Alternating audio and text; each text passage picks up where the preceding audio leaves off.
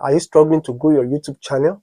You are not alone. Many creators make the same mistake that holds them back from achieving real growth. So what is the one thing that you need to stop doing?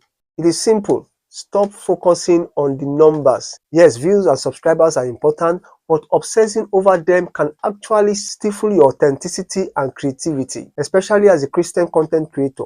Matthew chapter 6 verse 33 tells us that we should seek the kingdom of God first, to make the kingdom influence our first and topmost priority, and then the additions will follow, either views, subscribers, and monetization. So don't be moved by the numbers, because it will eventually slow you down, but be ignited by the passion, the mission, and assignment you seek to accomplish. And definitely you can only get this done by the strength of Christ and not by the strength of views and subscribers count.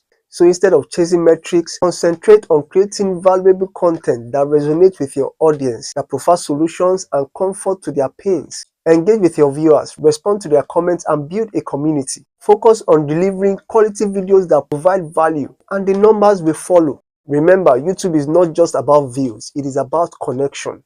When you genuinely connect with your audience, they are more likely to subscribe and share your content. So let go of the number obsession and start prioritizing what truly matters: your content and your community.